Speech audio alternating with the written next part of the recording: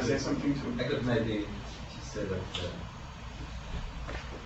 Maharaj is well known as Vedanta philosophy.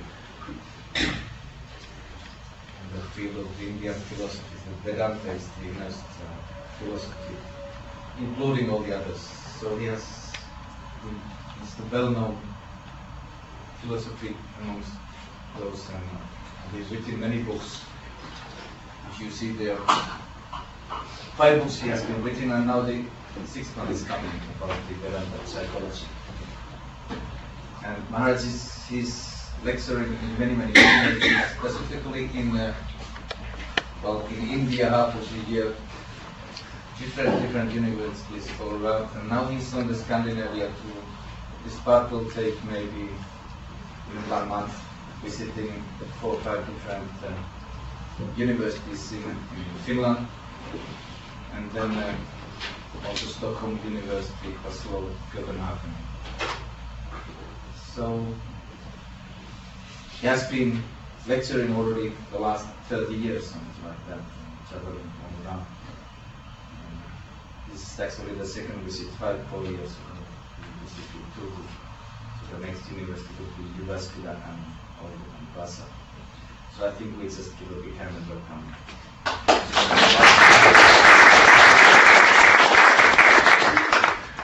So thank you for that warm welcome. And yes, I'm here to speak on Vedanta and Western philosophy compared. So since our time is limited, this will by no means be any kind of exhaustive investigation. And I am also not going to go into all kinds of abstract terminology.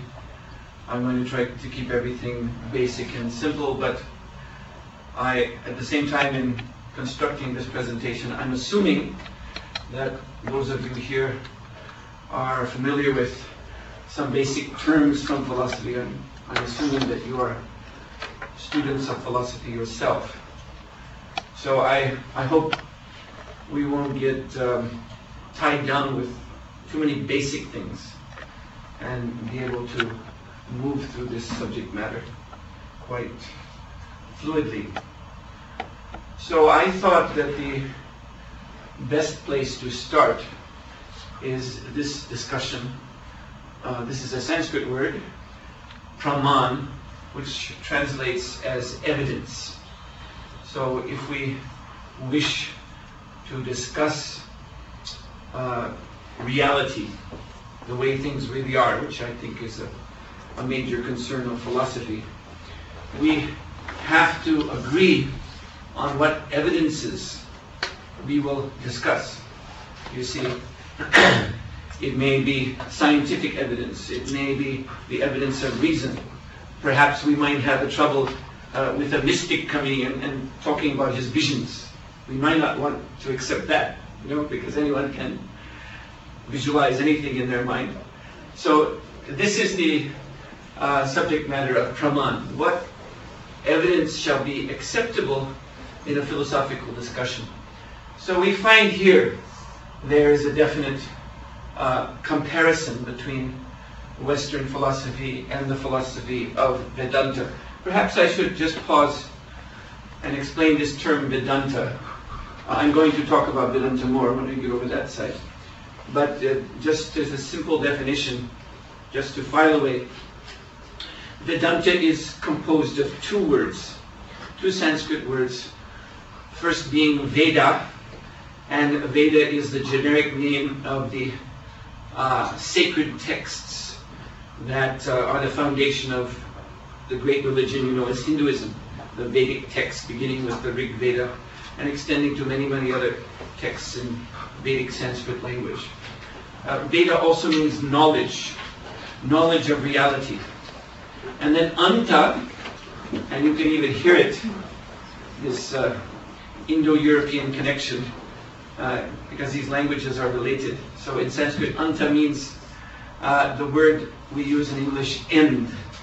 And you can hear the similarity, Anta, end. Or conclusion. So Vedanta means taking from all of this vast spiritual encyclopedia we know as the Vedas, and bringing out the conclusion. What is the point of all this? Where does it lead us to? What is the final theme? So that is the meaning of Vedanta, the conclusion of the Vedic search for knowledge.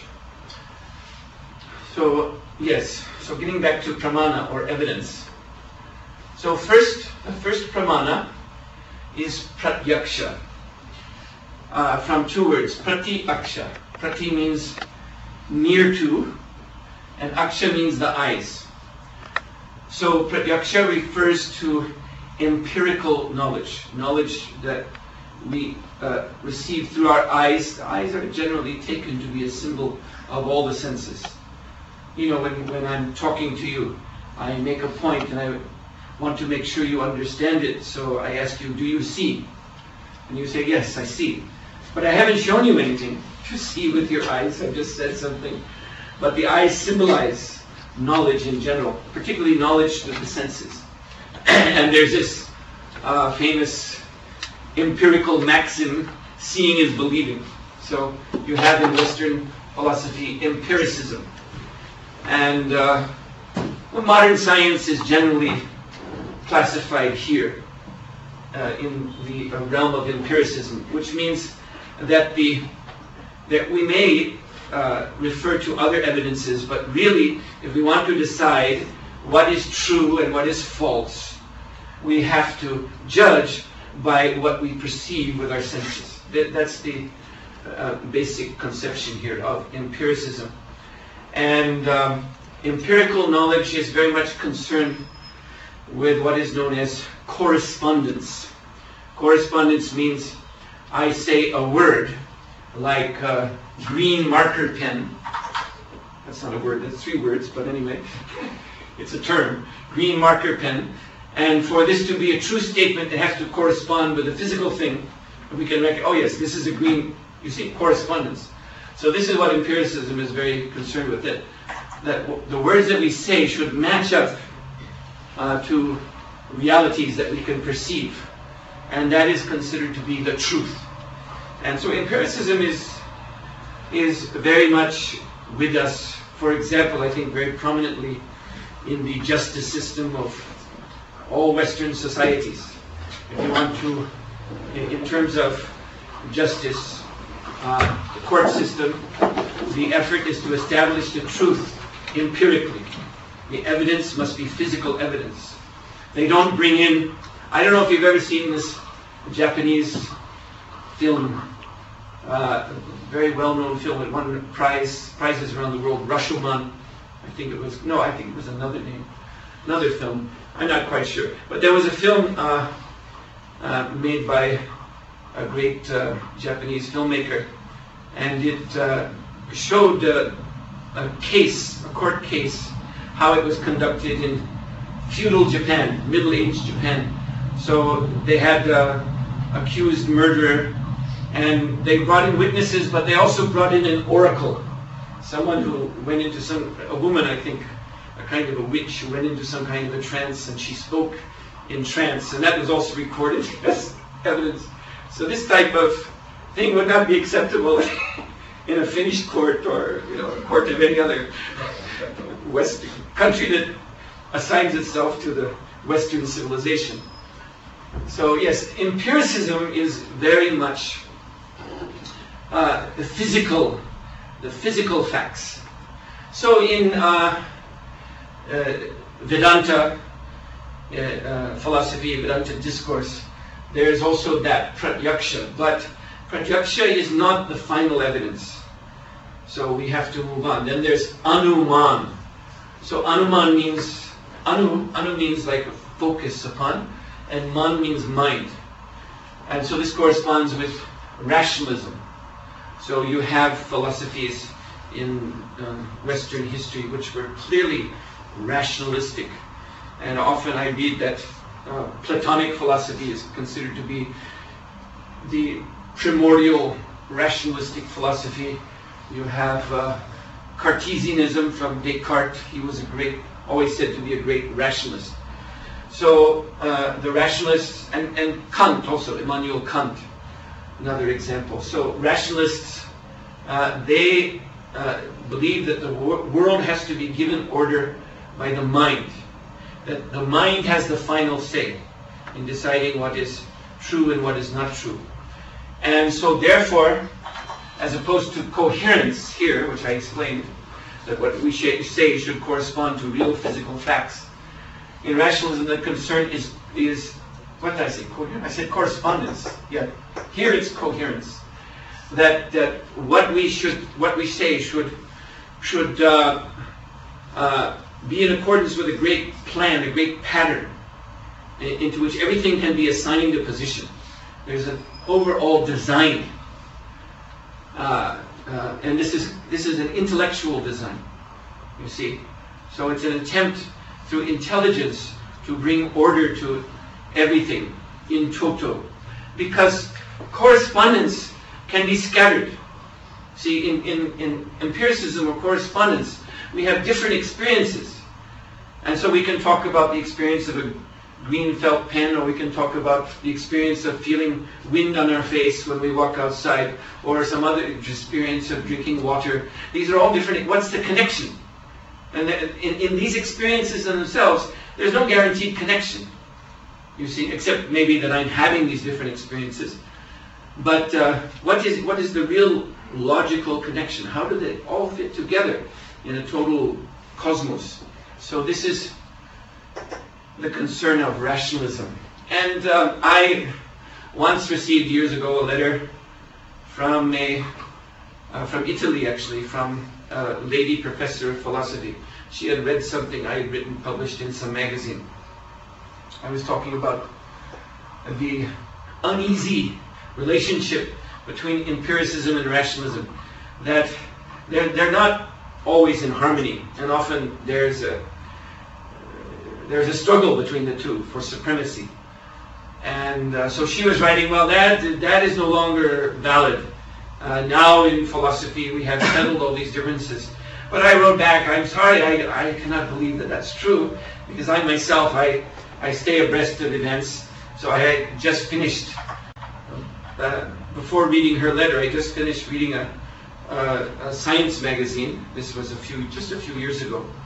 And they were talking about two very big names in modern science, Stephen Hawking, and who's astrophysicist, and Roger Penrose.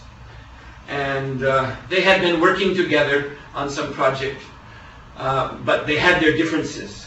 And Penrose was quoted as saying, Hawking, he's an empiricist, and I'm a Platonist. You see, so we couldn't match our views up.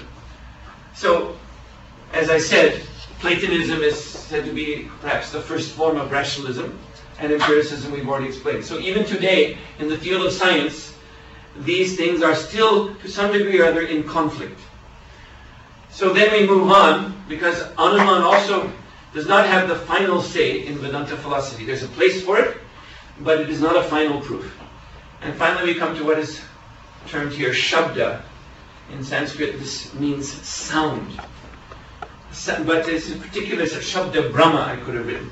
A spiritual sound, the ultimate vibration that is at the back of all experience and also all thought. And this corresponds to authoritative testimony, which is there in Western philosophy too. For example, if someone is claiming to be a Marxist philosopher, then he's got to quote Marx, you see. If he's going to explain Marxism to you, he can't draw too much from other philosophers, start expounding the theories of, I don't know, Aristotle or something, on and on and on. Then you start to wonder, where's the Marxism? So we have these different names of different philosophies. They refer back to some person, some original teacher who conceived of those ideas. Authoritative testimony. I also put here ipse dixit. This is a Latin phrase, which means he himself said it. This goes back to Pythagoras, who is the very first Greek sage who used the word philosophy, at least in terms of what we know. this word philosophy can be traced back in history, back to Pythagoras. And he was a great sage. And for many years after him, his disciples and grand-disciples and great-grand-disciples, they used to quote him so much. When people would ask questions, they would say, ipse dixit, he himself has said, and then they would say what Pythagoras taught. And so this kind of became, in time, a kind of sort of sarcastic, sarcastic barb, that we don't want to hear again and again what the great master has said. What do you think? What do you understand? So the tendency in Western philosophy is to, there is some respect for what the great teachers, great founders of philosophical systems have said, yes, but the tendency is to go beyond that and to go always into a newer level of speculation. And so this always gives rise to newer and newer systems of philosophy. The idea I was meeting a philosopher of science in the Ukraine, in Dnepropetrovsk, if I can remember the name of that city. And we were talking about the comparison of Vedanta and Western philosophy, and he said that Vedanta philosophy is very formal. It's very systematic, but Western philosophy is not. Western philosophy is very individual, and there's very much conflict between the different positions. So yes, this is also because there's no final authority that's really given a position over empiricism and rationalism. Again, seeing is believing, or what I understand with my mind, that will be my truth. These conceptions are very, very prominent in the West. So, but I want to explain further about Shabda in the Vedantic sense. You see, it is much more, I've put them across from one another, Shabda, authoritative testimony, because Shabda is certainly considered authoritative in Vedanta philosophy. But it is much more than just authority, just because some great person has said this and then we just have to accept it. It goes the concept of Shabda goes much, much beyond that. And so I've made some notes here. But Shabda is a Paurusheya. Paurusheya means it is not conceived by human beings. It is a superhuman or transcendental vibration. And now I may, just to help you understand what I mean by vibration, I may refer you to modern science, the modern physics, where they're also studying such things as primal vibrations, wave functions and such things. Wave functions are sometimes thought to be waves of knowledge. I often come across that explanation. So there is a fundamental vibration behind everything.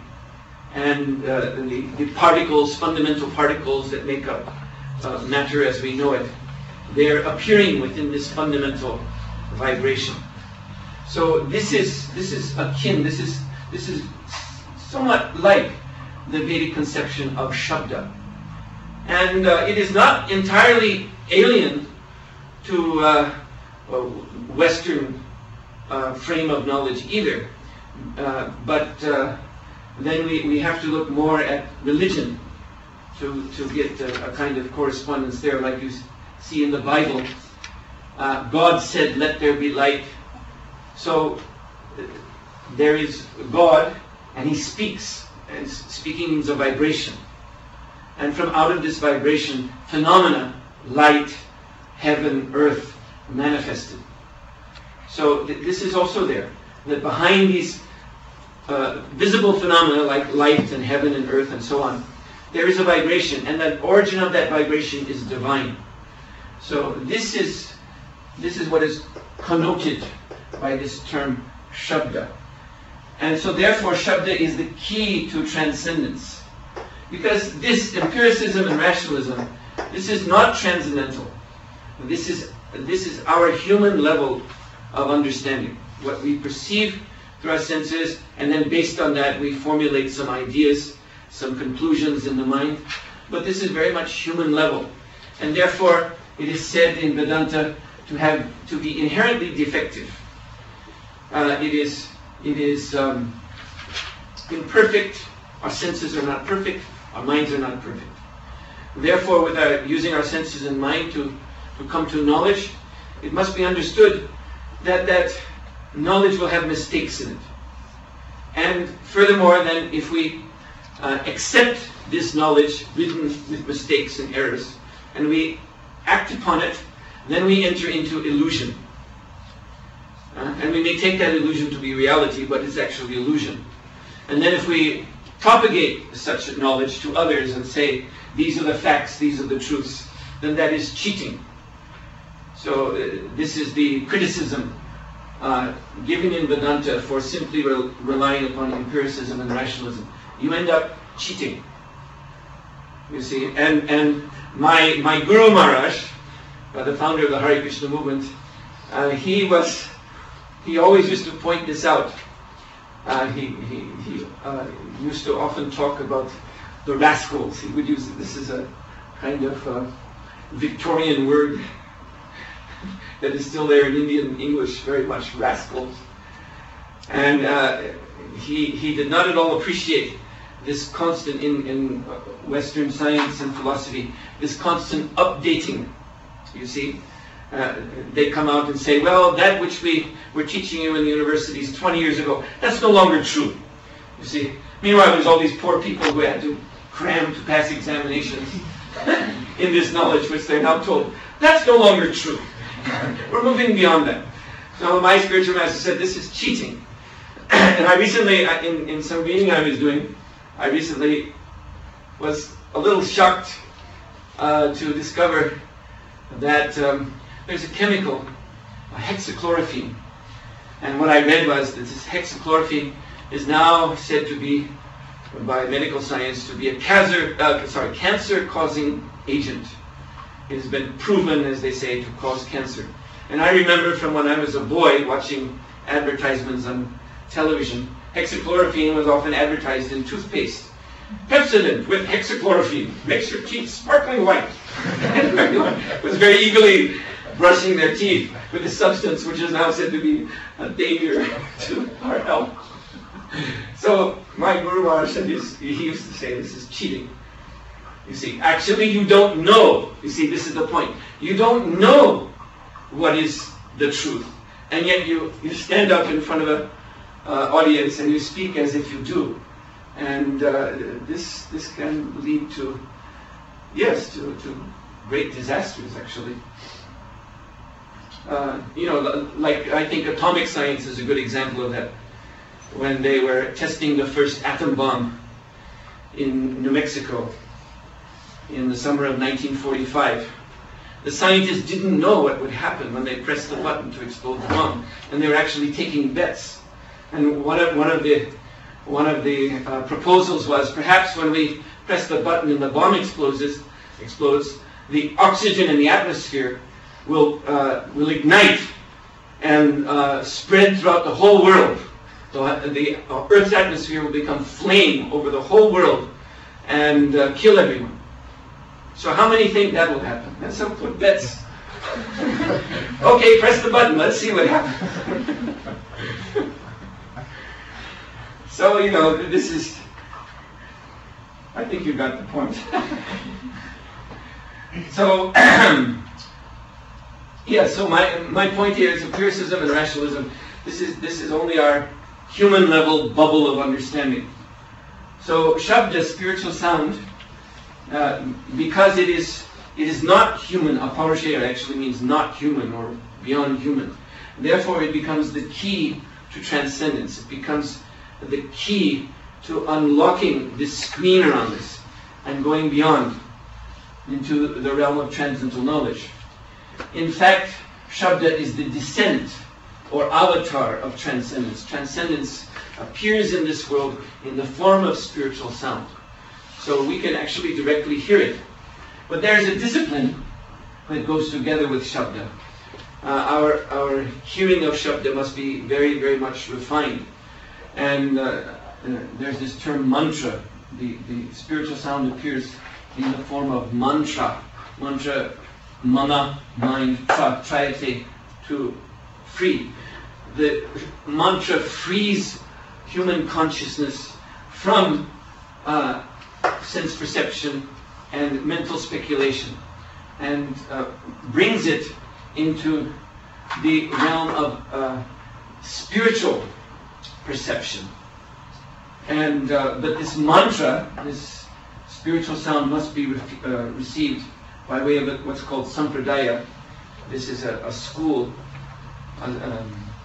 a school of practitioners of yoga of different forms and different forms of yoga. So this is it's a kind of a spiritual discipline that must be applied to the sound in order for us to realize the full meaning of the spiritual sound. It's not just casual hearing it and extracting it from its verbal meaning, just what the words say. But there's this sound actually takes us into a whole different level of perception. And in that perception, many of our ordinary words, vocabulary, we have to leave that behind, because we're on a whole different transcendental level of understanding. So I wanted to make these points about Shabda. We cannot simply say, oh, it is just accepting authority, because there is shall we say, a trans-dimensional nature to this sound. So these are the evidences in Vedanta discourse, in Vedanta discussion. Pratyaksha, sense perception; anuman, what we think, our reason. And these are less important. Most important is Shabda, the Vedic sound. And we find in Western philosophy similar evidences are used. Now, the next point I wanted to make is the development of discourse in philosophy. So, in Western philosophy, generally they said things start with logic. Logic actually means the proper use of words. And remembering that words are the vehicles of our thoughts. Wittgenstein said that. So words are simply the vehicles of thoughts, or words are thoughts. So logic also pertains to our thinking, the proper method of thought. So this is the beginning, discussion of logic, what words means, and what is the proper way to think about them. Then epistemology, the study of knowledge. How can we be sure that what we know is right? How does knowledge come to us? You see, this examination. And then metaphysics, meta, beyond physics, the physical. Metaphysics takes us into the realm beyond our perceptions. And for example, in modern science tells us about many laws and particles and other such entities which we do not perceive. We have no direct perception of them. But the science, by use of logic and epistemology, they tell us that a magnetic field, for example, is a real thing. You see, or an atom, a proton, electron. These are real things. So that's metaphysics. That's beyond our power of perception. And then finally, ethics. Ethics, now this pertains to human behavior, human conduct. On the basis of this arrival at real knowledge, then what is the consequence for how we act? Once we have this knowledge, how will we behave with one another and with the world? So in Indian philosophy, there is a kind of sixfold development. And some relationship can be seen between the developments in Western philosophy and Indian philosophy. So Nyaya also means logic in Sanskrit. So it's interesting that this is a common starting point. And then Vaisheshika means on the basis of this logic, that one begins to analyze the world around us. And Visheshika actually is a very, very ancient form of atomic theory. These sages in ancient India, they understood that matter can be reduced to invisible atoms, atoms that we cannot see. So these two are very much concerned with logic, but also epistemology is seeping in here too, and even metaphysics too, in Vaisheshika. And then we come to Samkhya. Samkhya is taking this analysis further, and it becomes much more metaphysical. Much more metaphysical, because Vaisheshika, this is concerned with just reducing physical matter as we know it to something invisible but not very dramatic, just tiny particles. That's not doesn't require a great stretch of our imagination to understand. But Samkhya is introducing high-level laws of nature. The concept of the three gunas, or three modes of nature. That nature makes three appearances, and these are called sattva, rajas, tamas. And these terms can be matched up to many, many different experiences that we have, like creation. When something is created or appears or takes birth, that's said to be a manifestation of rajas. Rajas means creative passion. And then the existence of things, that's what's in sattva. That's the sattva means the maintenance. And then tamas is destruction. So things are destroyed, they fall apart. So this is just one this was a very simple explanation. The doctrine of the three modes that is presented in Samkhya is applied in so many, many different areas, also to human consciousness, to human psychology. It's very, very elaborate. And this is clearly metaphysical, because the three modes of nature are not something we can just look at, put under a microscope. So yes, metaphysics. And then yoga, the classical yoga system, sitting down and meditating. This is very closely related to Samkhya. Yoga is actually the discipline of realization.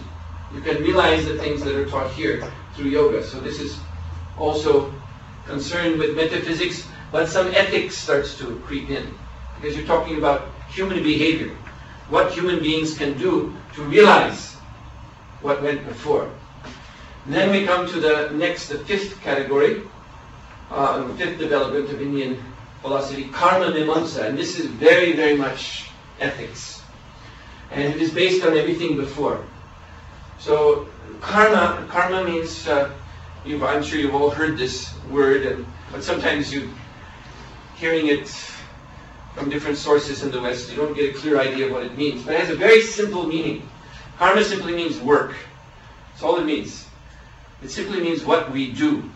But there's the understanding that what we do creates reactions. Action, and that's a law of science, an action that we do creates reaction. So therefore there's the understanding of a chain of karma. A chain of karma that extends even to previous lifetimes and extends into future lifetimes.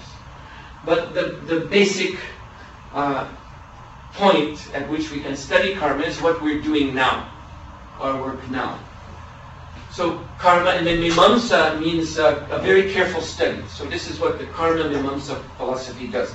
It very, very carefully looks at human conduct and analyzes it in great detail, and then lays out the goals that we can achieve by different modes of conduct. Modes of conduct refers back to the Samkhya philosophy of three modes of nature. You can act in sattva gun, in the mode of goodness and be elevated, or you can act in rajagun, the mode of passion, or you can act in tamogun, the mode of ignorance, and these will lead to different destinations in future lifetimes.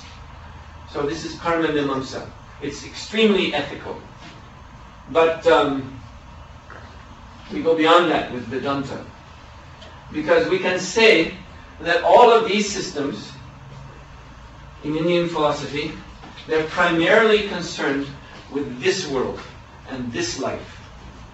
There is in all of them, there is respect for Shabda, Vedic Shabda, the authority is the Vedas.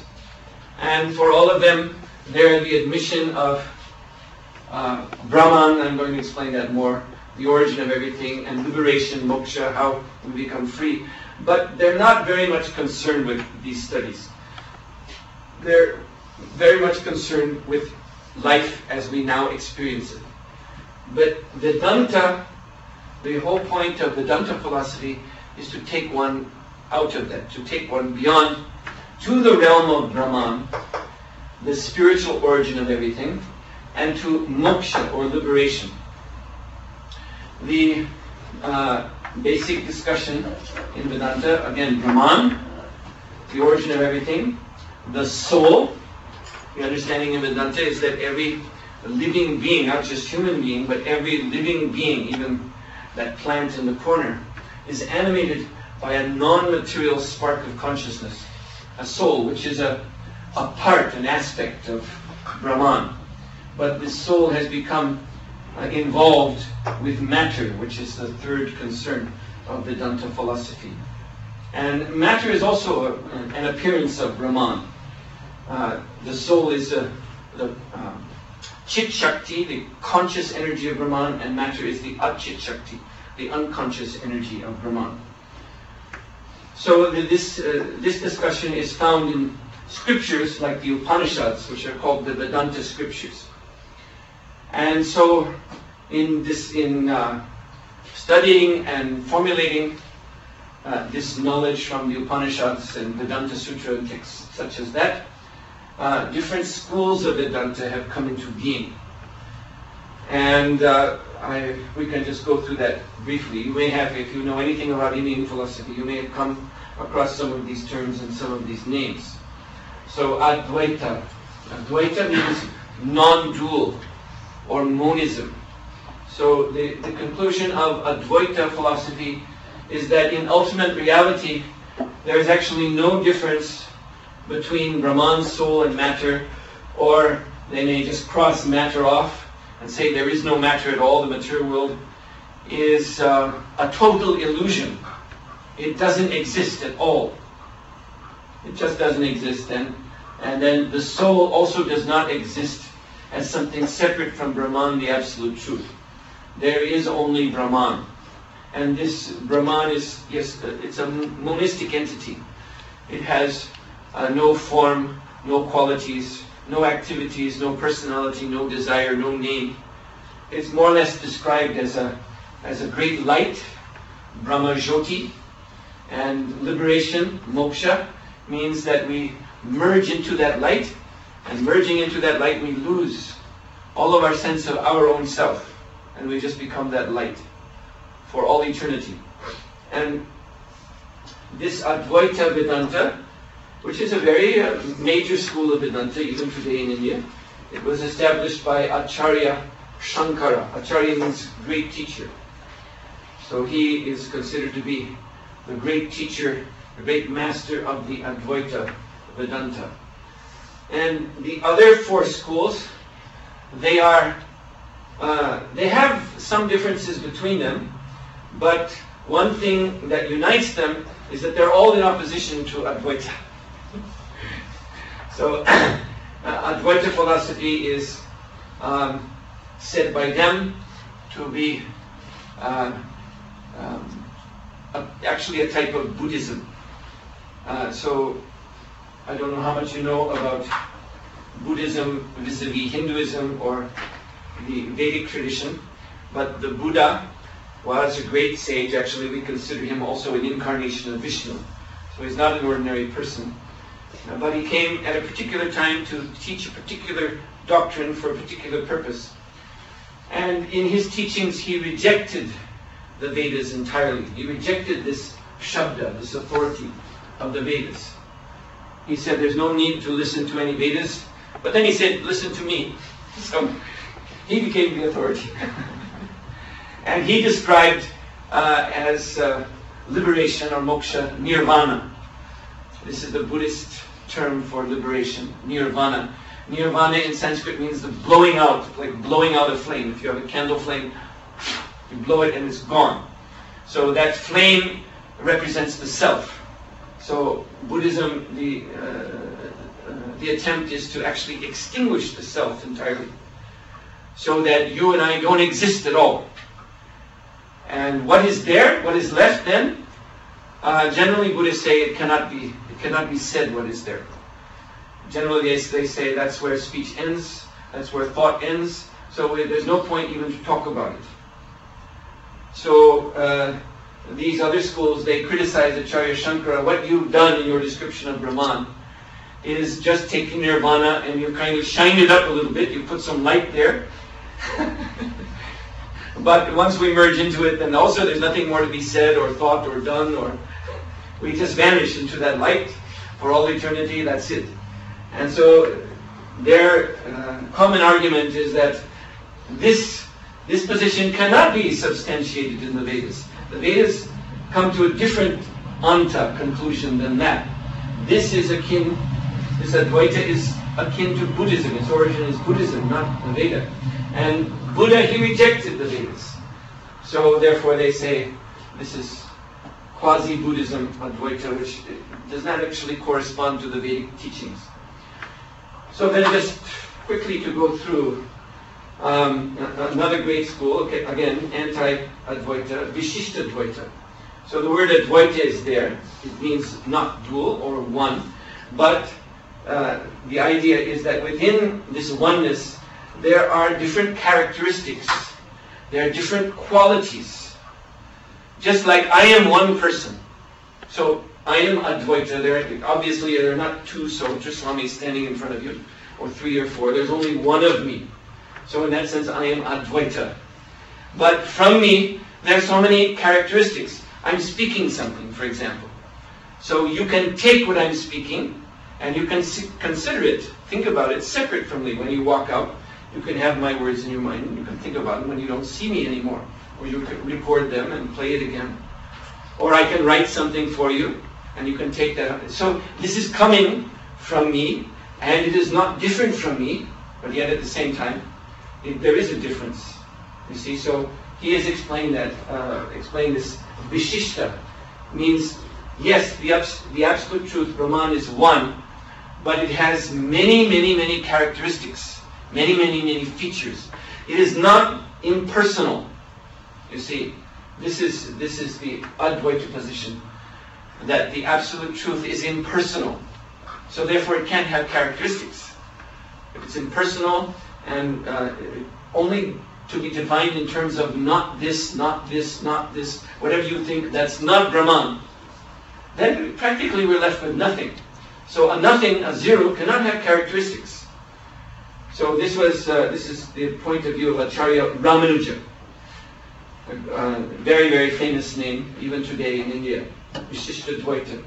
Then there's the Dvaita philosophy by Acharya Madhva, and this is considered to be quite radical, because Acharya Madhva, he's not even satisfied with this, that there is that the truth is ultimately one entity with different characteristics. He says, no, the absolute truth is actually Dvaita. There are differences. There are clear differences. There are absolute distinctions in ultimate reality. They're entrained together because there is among these realities, there is a supreme reality, God, and the other things are under his control. But there are distinctions. So he would never agree, for example, that the soul could be said to be one in any way with Brahman or God. In paintings today in South India in particular, the area of Karnataka where Acharya Madhva came from, you see his picture often portrayed. And he's sitting in a yoga posture, and he's a very strapping, stout personality, looking very formidable. And he was very physically strong as well as extremely intellectual person. And he always has his hand up like this, two, Dvaita. You see, the ultimate truth is not one. It is two. There is God and soul, or God and matter. There's always a distinction. You cannot just merge them into oneness. And so, in any particular, I said, Karnataka today, the Dvaita Vedanta is very, very strong. Actually, just a few months ago, in April, I was in the town of Udupi in Karnataka, which is actually the seat of this Dvaita Vedanta.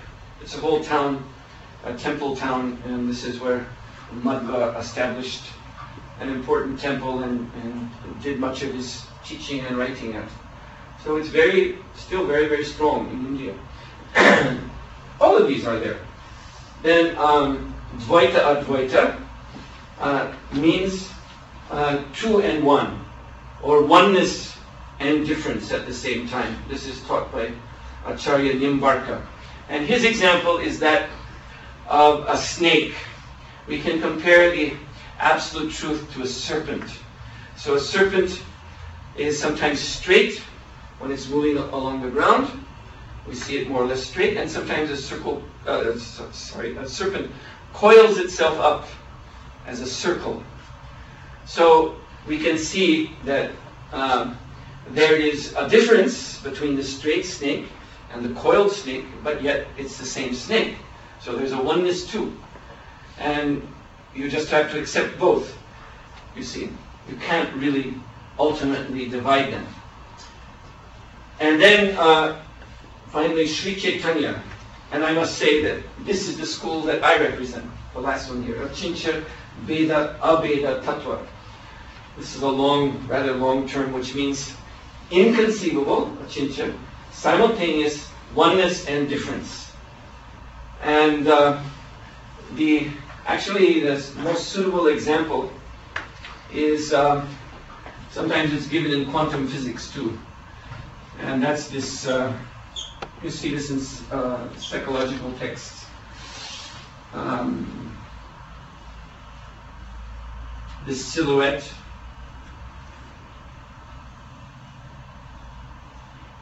Something like that. I'm not an artist, but anyway. So you can see this either as two faces, almost nose to nose, or you can see this as kind of flower vase or water goblet or something in between. And when you look at this, you notice that your mind is only able to conceive of either the two faces or the vase in between. That's why they put this in the psychology text, to teach you how the mind works. The mind cannot fit the whole thing together in one vision, where you see everything at once. It just, your mind keeps switching you back and forth between the two possibilities. So this is the sense of achincha, inconceivable. This is something actually the mind cannot really grasp. So the attempt to understand Brahman, the absolute truth, by human logic is going to fail. Brahman is greater than we can think. And Veda Abeda Tattva means simultaneous oneness and difference. It is you see, there's a lot of similarity between these positions.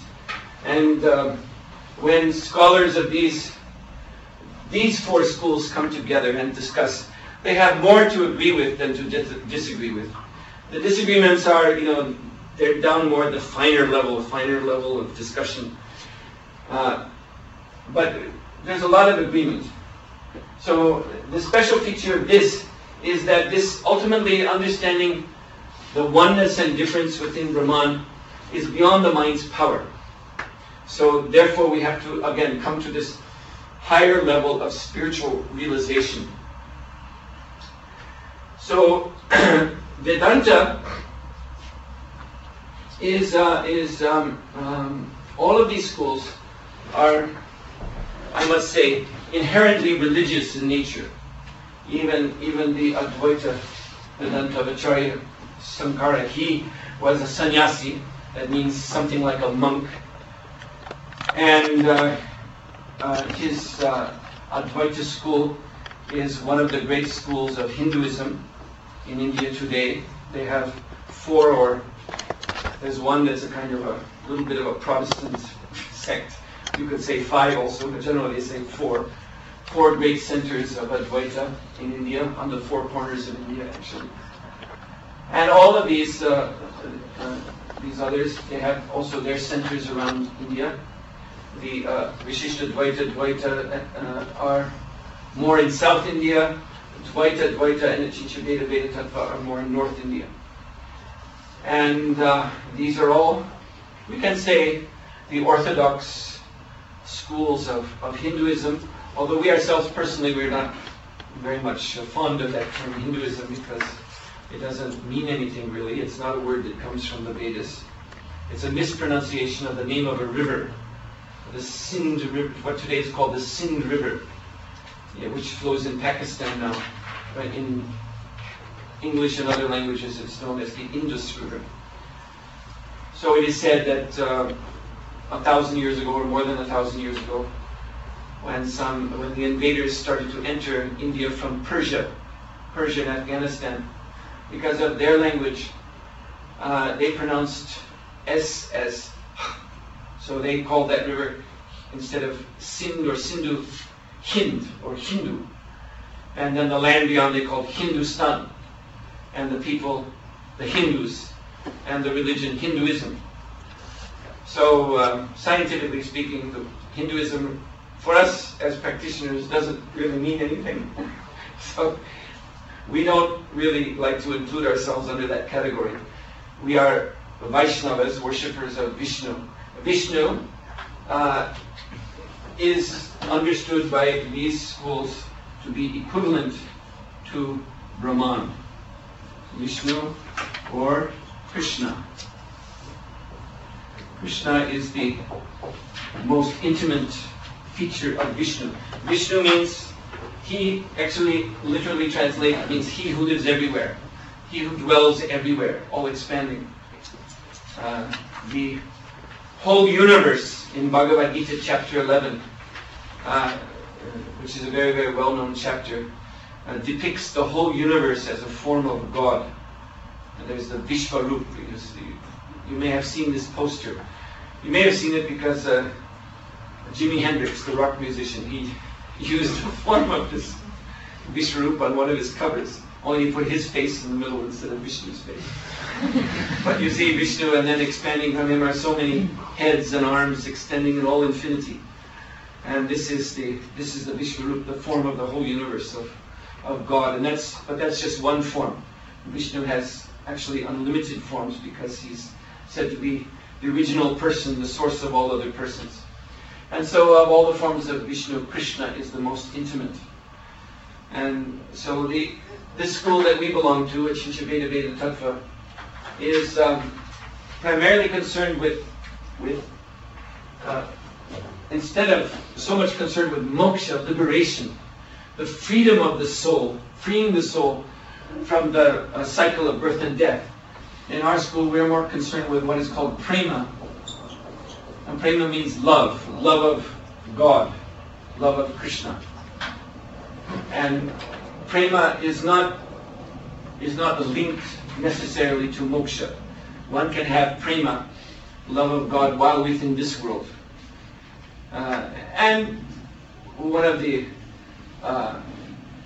side effects, we can say, of prema is moksha, one that is liberated.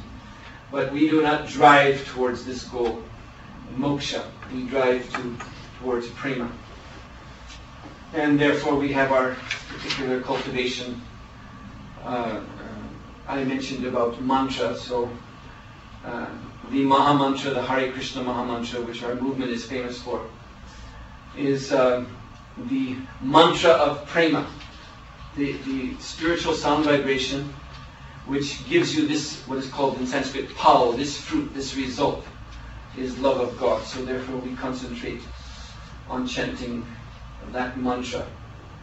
And this is the transcendental state we wish to realize, the state of the soul's eternal loving relationship with the Supreme Being, Krishna. So how long was this? We have 35 minutes. 35 minutes more.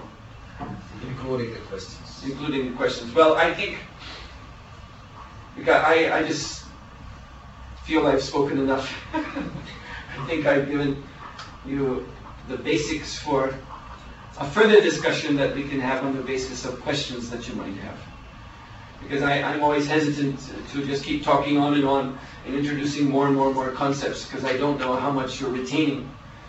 And I want to keep in focus everything that I've said so far, and not go much beyond until we know that these things are understood, because they're very essential. So I think it's a good time to open up for any questions that you might have, particularly if you need clarification on anything that I said, on anything that's on the board.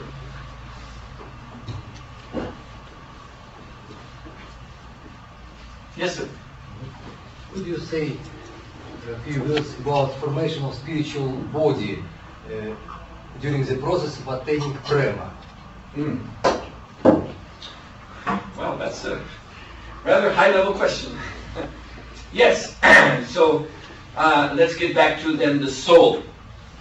As I said, all schools of Vedanta, they admit that there is soul, that our actual individual self is spiritual. It is not material. And our consciousness is rooted in that spiritual self.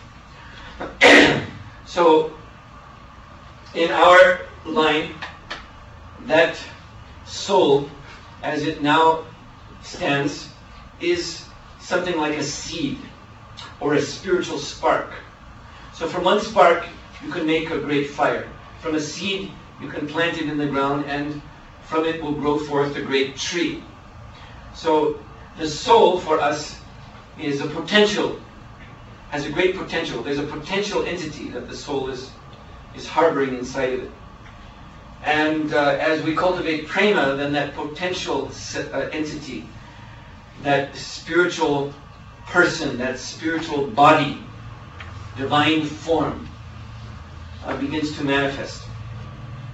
So Lord Krishna, he has his divine form, which is described as Sat Chit Ananda. It is eternal, full of knowledge, full of bliss. And similarly, so do we. Each one of us also has such a potential divine form within us.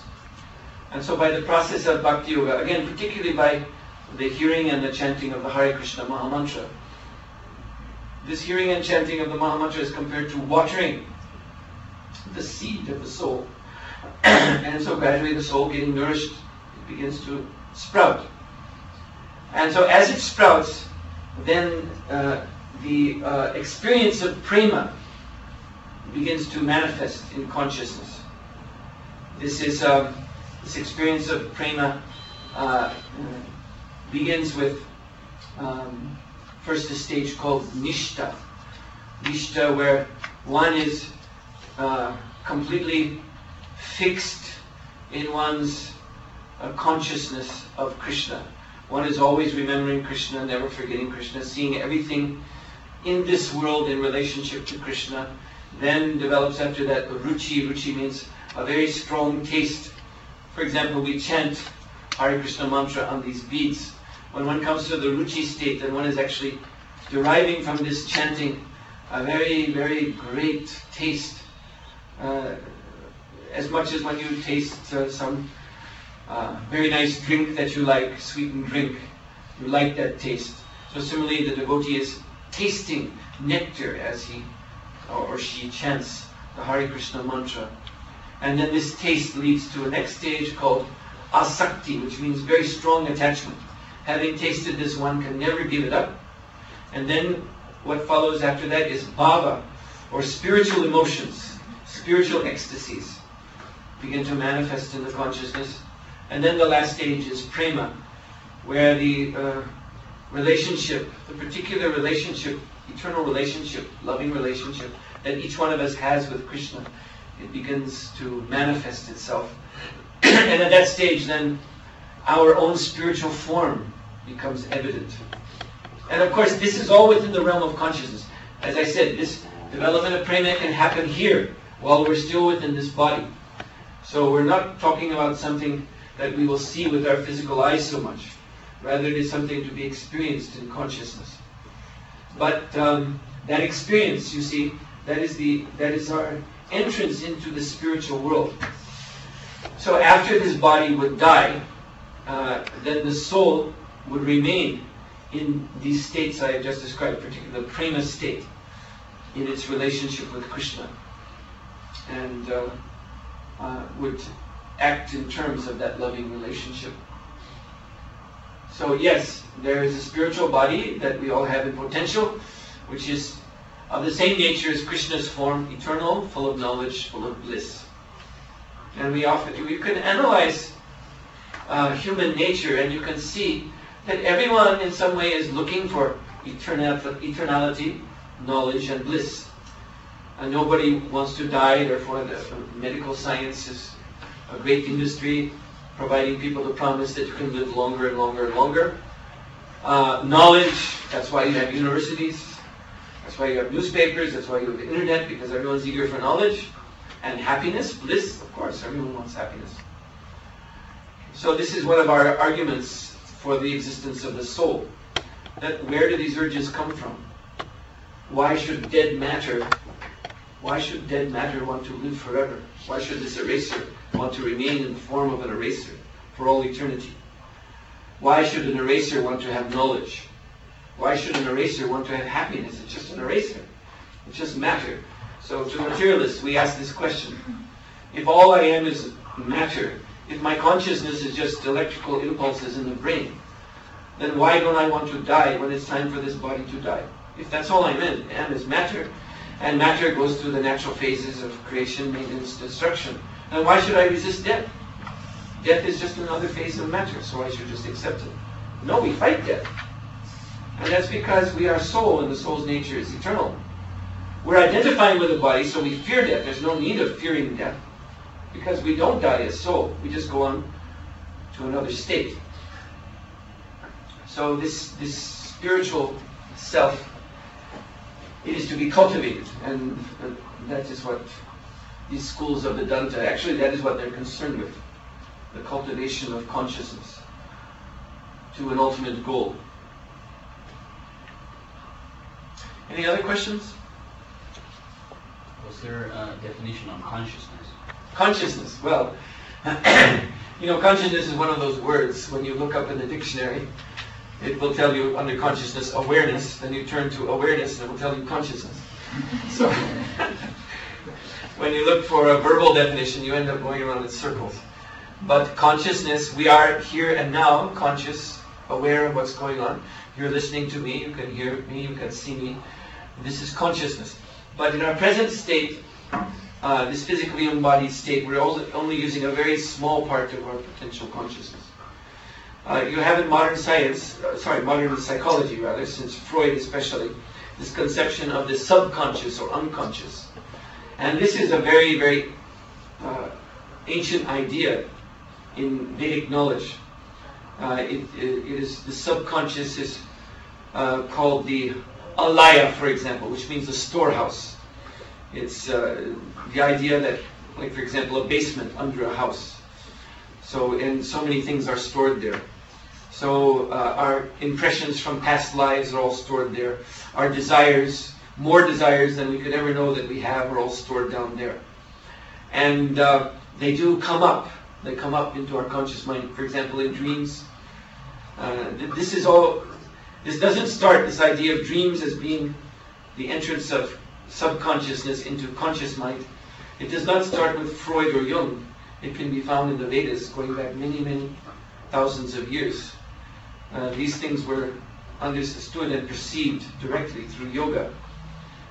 So much of our conscious potential is merged in the subconscious. And that means it is more or less inaccessible to us. We really can't get to it. Sometimes a little of it is coming up into our conscious mind, but we have no means to go down there. But this is actually, again, the goal of these Vedanta schools is because this subconsciousness, it means our consciousness which is merged. I told you about this quality called tamas or ignorance. So it is our consciousness, our conscious potential, which is merged deep in ignorance. So the goals of all of these schools is to remove ignorance. And when ignorance is removed, then the full nature, the self in its fullest manifestation, becomes evident, we become aware of it. So we are conscious now. Our awareness of our present experience, that is consciousness, but that is very dim consciousness. Very dim and crippled. So consciousness can be expanded. And when one comes to full consciousness, then that brings one to Brahman consciousness or Vishnu consciousness, Krishna consciousness. When all of the darkness that is now covering the soul's potential is at last removed, then we become aware of our own Atma, self, soul, and Paramatma, the supreme self, soul. The Upanishads, the Vedantic literature, says actually, in the ultimate truth, they cannot be separated. They're always together. There's a verse in the Upanishads, Andor Anyan, Mahato Mayan. So this means that when one finally is able to envision the self, one will see that there's an aspect which is Anu, very small and individual, that is our individual self, and then the Mahatma, the great self, the Brahman or God, and they're always together.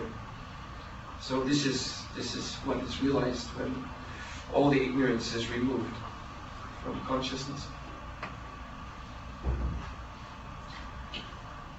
What do you think about time? What is time for you? Oh, time is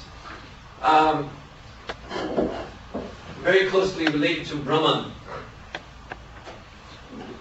Brahman, the word Brahman in Sanskrit comes from a root word brim, which means that which gives growth, the source of growth.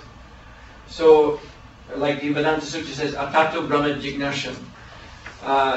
Let us inquire into Brahman. Janmadhyasya Yata. What is Brahman? It is that from which everything comes. So, the root of everything, the root of all creation, everything in creation, every entity in creation, reaches back to Brahman, which is the source of their growth. And so the energy of manifestation of this world, this particularly we're talking about the material creation, the creation of this universe. That energy coming from Brahman that gives growth to everything is conveyed by time. Time is also called Kala Shishiksha, the energy of creative impulse. So time gives the impetus to creation. And it is, for example, by time that events are taking place in our life, what we consider to be very important events, events that shape us, they're very significant to us. They're made possible by time. So time is a real energy. And in Vedic knowledge, time is very much studied, understood through astronomy. As it was in other places in the ancient world. The heavens above, the movements of the stars and planets were considered to be a great clock, a cosmic clock. So you have that also in ancient Babylonia, even in ancient South America, the Mayan civilization. They came up with calendars covering many, many thousands of years of time. And so also in the Vedas, you have this conception of yugas, great ages of time. And then within these yugas, there are so many divisions, and even beyond the yugas, there are even greater divisions. And these divisions are then connected with entities, with beings that live on different time scales from us. Like there's an entity called Brahma. Brahma, who is the agent of creation in this universe. And his one day of his life is 4,300 billion solar years of our time. So time is relative. This relativity of time is also understood. So what is an eye blink for Brahma may be, 5,000 years here on earth. So this relativity of time is understood. So time is perceived as the energy by which Brahman causes the events of this world to happen. And this energy Again, I told you about the gunas, the three modes of nature. So these three gunas can also be understood as phases of time. Rajo guna is the mode of creation. Sattva guna is the mode of maintenance, something is existing for a while. And Tamo guna is the mode of destruction. So everything material must go through those three phases, including ultimately this universe. And the Vedas even calculate the present age of the universe, something like 150 trillion solar years. And this is about halfway through. So we have about another 150 trillion solar years to go before we come to what is called Mahapralaya, the great devastation, when the universe is sucked back into a great, I guess what they would call now a great black hole. There's a form of Vishnu called Mahavishnu. And it's a spiritual form, and in his skin he has these pores, which are like black holes, I guess. They're totally shunya, just zero. And the universe, the time emanates from these holes, and the universe comes out of every pore. There are millions and millions and millions and millions of universes. They come out, they expand, they exist for some time, and then he sucks them back into himself, and they merge back into this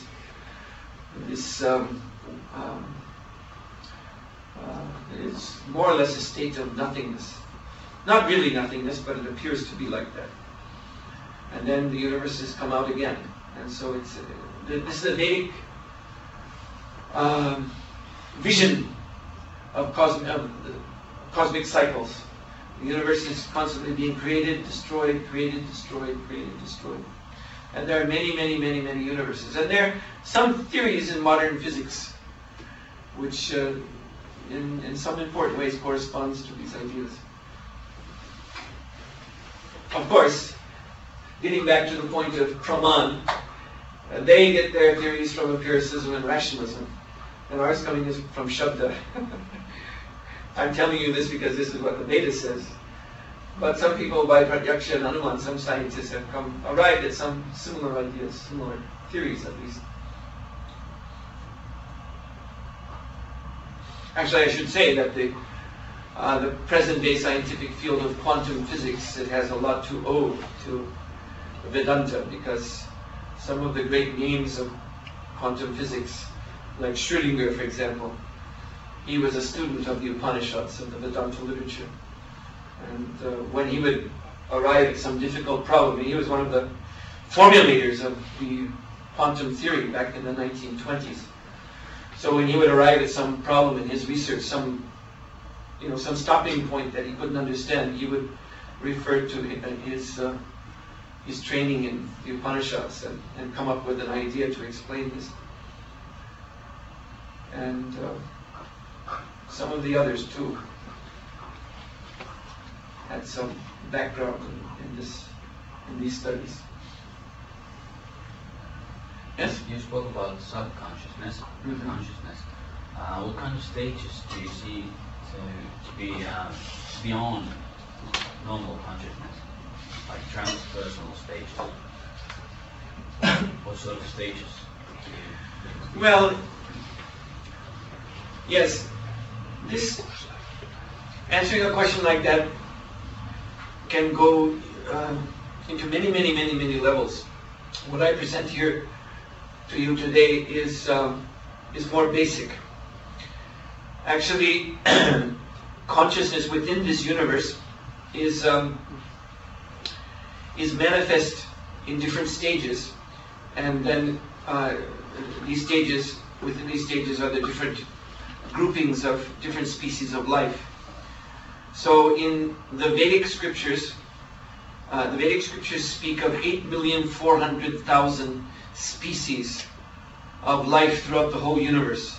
Now that may to you sound like, well, that doesn't seem like enough, because there seems to be millions of species here on Earth. But you have to understand that the criteria for categorizing a living entity into a species is very much different according to Vedic science, because the categorization is done in terms of consciousness.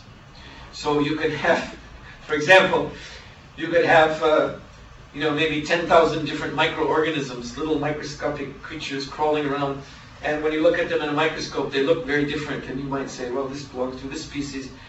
But if you were to examine them from the point of view of consciousness, they might all be on the same level, you see.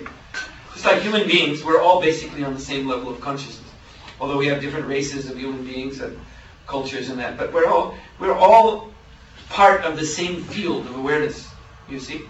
So therefore, the human species here on Earth is classified as all being on the same level of consciousness. So there are 8,400,000 levels of consciousness within this universe. Do you see it to be different levels in awareness? Yes. What are those levels? Well, the awareness in human consciousness. in human consciousness, well, as I said, we're basically on the same level, starting point. Now, a human being does have the power to expand his consciousness by his individual effort taken to some spiritual discipline. Then it depends on how you're expanding your consciousness, for what purpose, what direction. So as I said, within the universe, means within material consciousness, within the consciousness of still thinking I'm a body in this material world, there are 8,400,000 levels of that. So one, without breaking into transcendence, can from the human level achieve higher stages. You have some, there's some understanding of this in investigations of ESP, for example, extrasensory perception, perceiving things not through the senses but by some higher form of awareness, being able to understand what another person is thinking, things like that. So these are still material levels of consciousness. They're higher levels, but they're still, one is just accessing higher, one is actually coming into association with other beings and is being helped by these other beings to understand things that human beings are not normally able to understand. It's a kind of, all of this alteration of consciousness is a type of possession. This is our point of view. When people alter their consciousness, even by taking drugs, they take drugs and they see some hallucinations. They're being, for the period that they're on this drug, being possessed by some entity.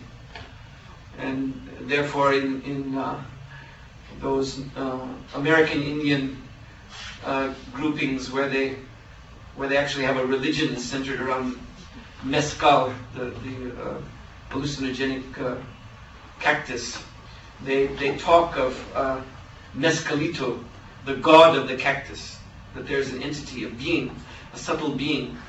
And when one experiences these hallucinations by taking the cactus, one is coming into touch with mescalito. And this is changing our consciousness.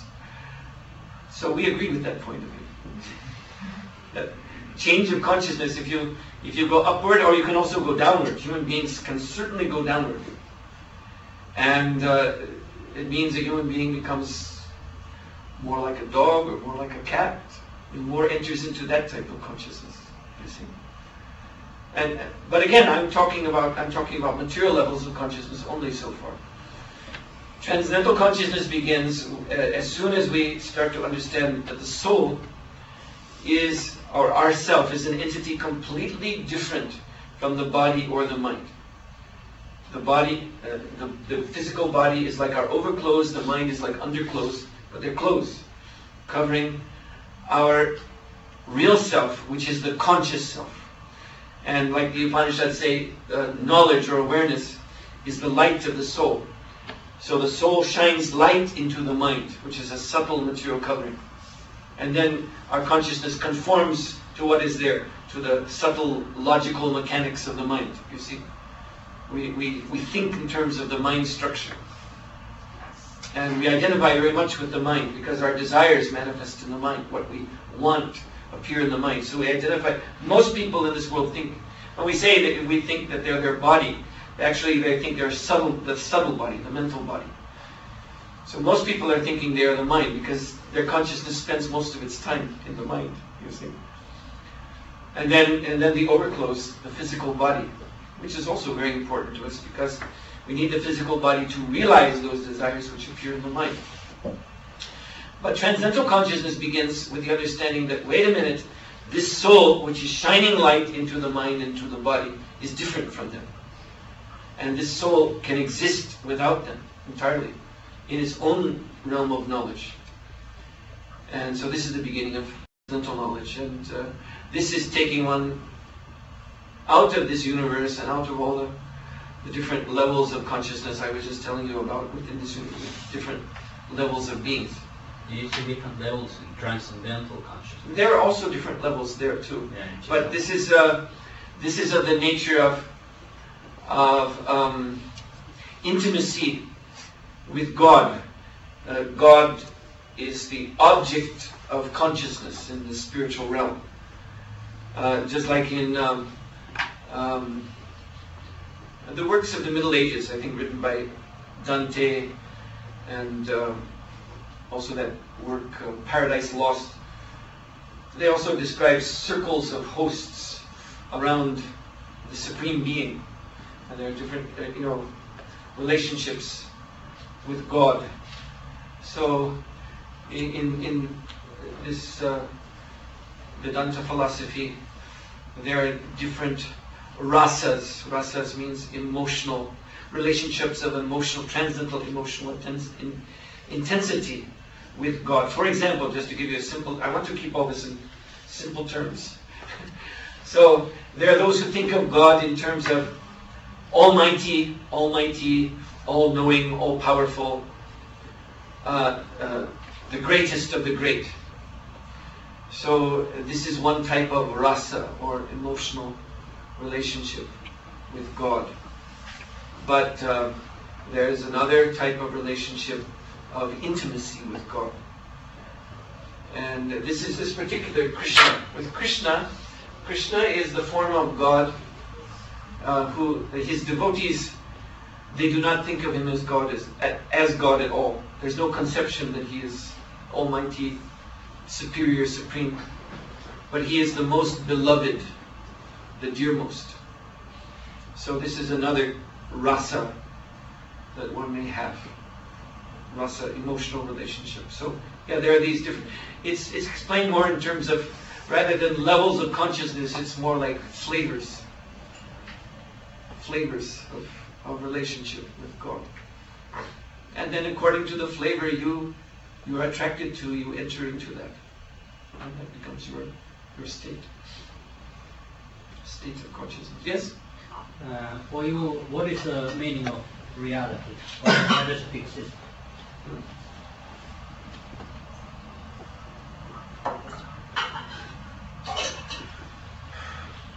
Reality is called tattva. I use this word here.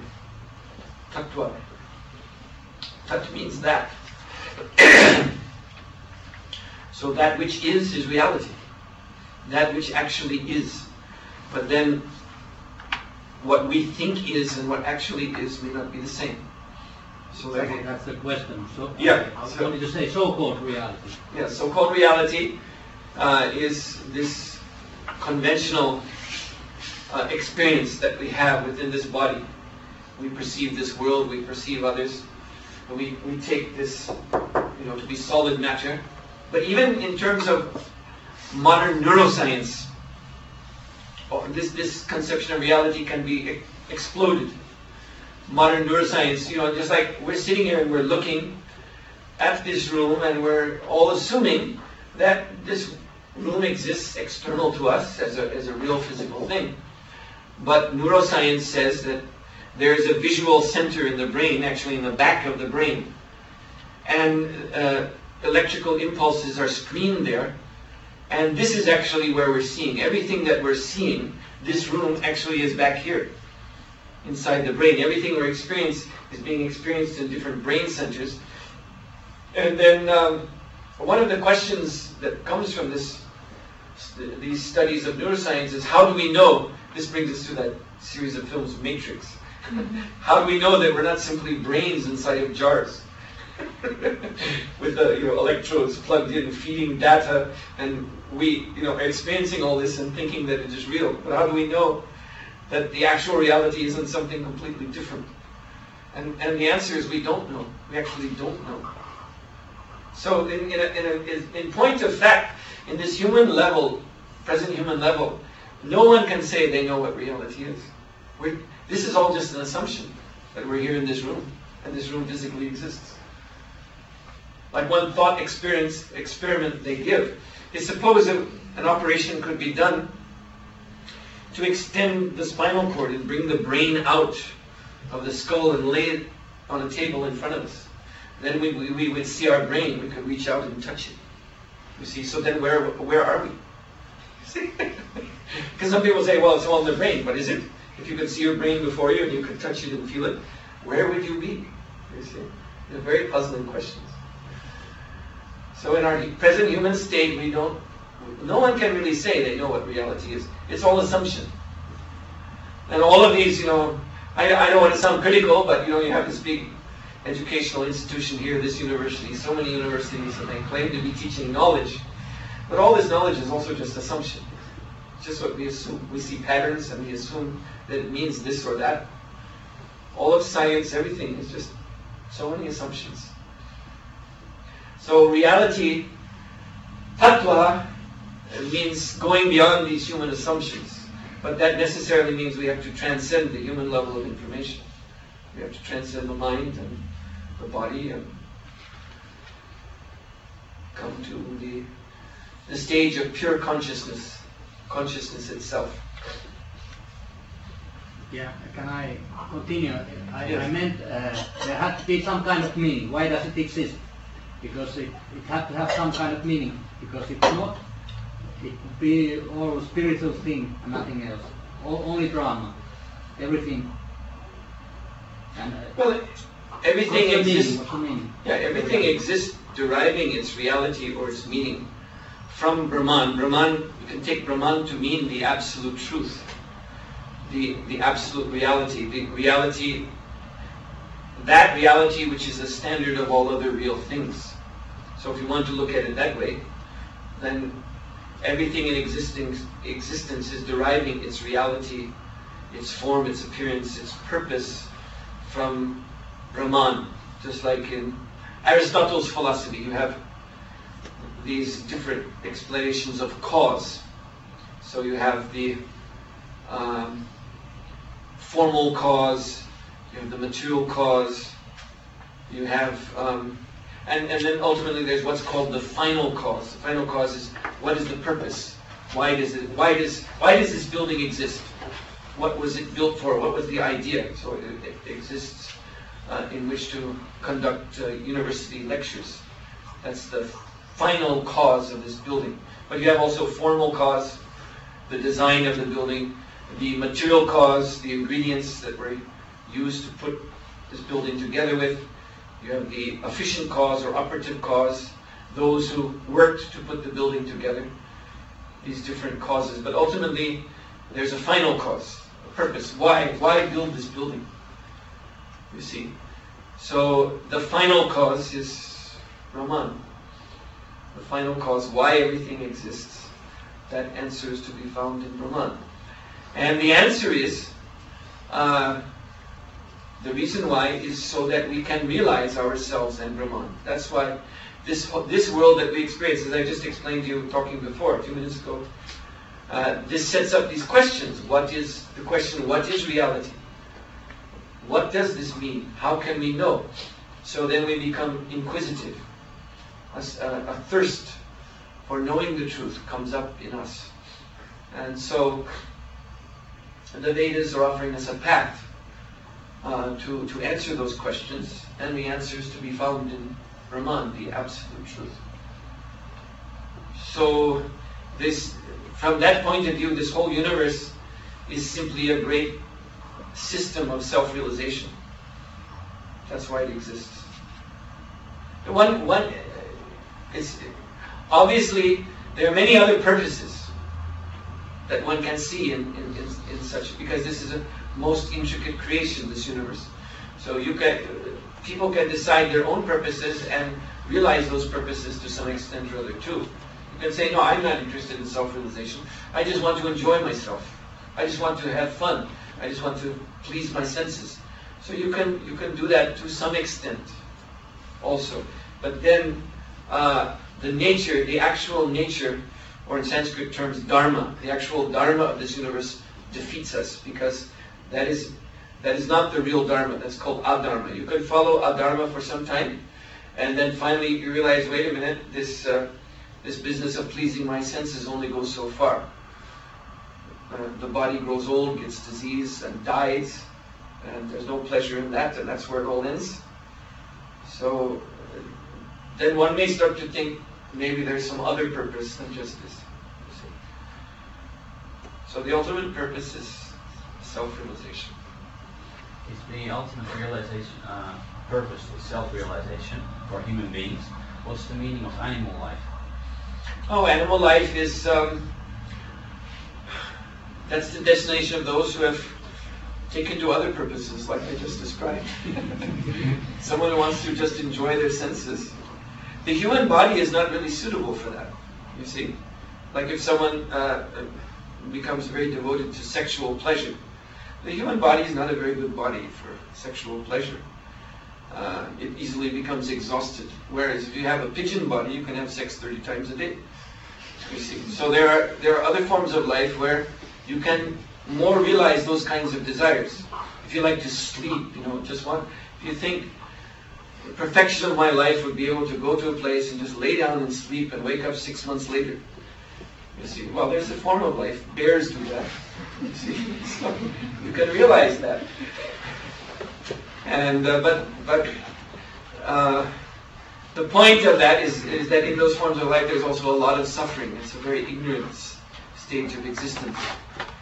So lions, for example, they're very aggressive, adventurous, strong kinds of animals. And in these interviews, sometimes I've seen interviews done on the street, people ask, what if reincarnation is real, what kind of life would you like to have next? And many people answer, I'd like to be a lion or a tiger, because they think that's very strong and, aggressive.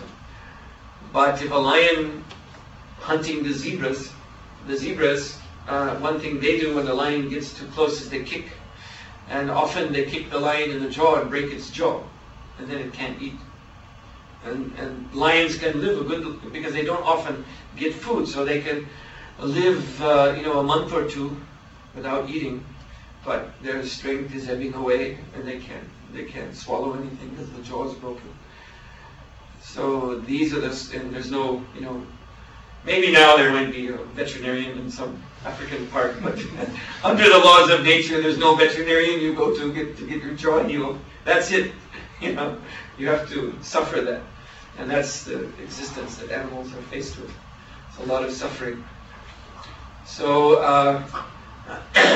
the Vedas say that the soul moves around these different species, yes, and sometimes goes down, and all these experiences are stored in the subconscious, so that when we come up to the human form of life again, then hopefully we'll have acquired by those experiences a kind of revulsion, a kind of innate, you're confronted with some situation, a possibility of something you could do, but you feel inside, no, I'm not. You can't even explain why. I'm not going to get into that. That's not for me. And that's because there's already something there in the subconscious. You already went through that, and you found out it wasn't very good. So you feel, I'm not going to do this again. So this is how it works, you see. But this is learning by pratyaksha and anuman. We recommend learn by shabda. You can learn all this, you can learn all about these experiences simply by hearing the Vedic knowledge, and then you don't have to follow the scientific method of trial and error. Well, I have to experience what all this is like. So let's see what it's like to be a dog in the next life. There's no need to waste millions and millions of births on this, But when we don't take to Vedic knowledge, when we don't have that source at hand, then that's the other process. But in any case, as I said, the universe is a great apparatus for self-realization. All experiences are ultimately leading to that point. So is it time now? Yeah, we are heading the Okay.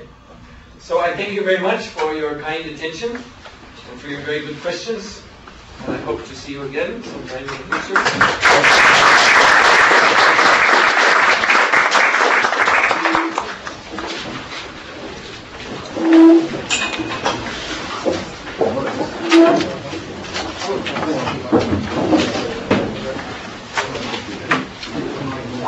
Thank you.